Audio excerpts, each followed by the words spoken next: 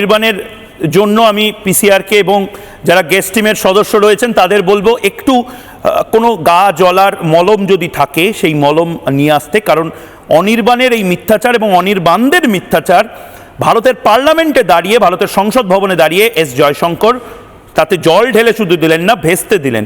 সরাসরি গোটা পৃথিবীকে জানিয়ে দেওয়া হলো, বিরোধীদের সামনে জানিয়ে দেওয়া হলো, দেশের বিদেশমন্ত্রী এই মুহূর্তে জানিয়ে দিলেন সংসদে ট্রাম্পের মিথ্যাচারের পর্দাফাশ করলেন এবং বিরোধীদের লাগাতার মিথ্যাচার, যুদ্ধবিরতি নিয়ে ট্রাম্প মোদি কোনো কথা হয়নি।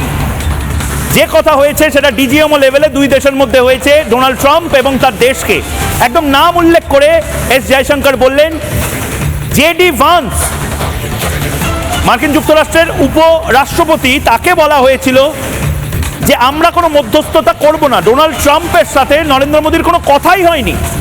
এস জয়শঙ্কর এটা নির্দিষ্টভাবে জানিয়ে দিলেন সংসদ ভবনের মধ্যে।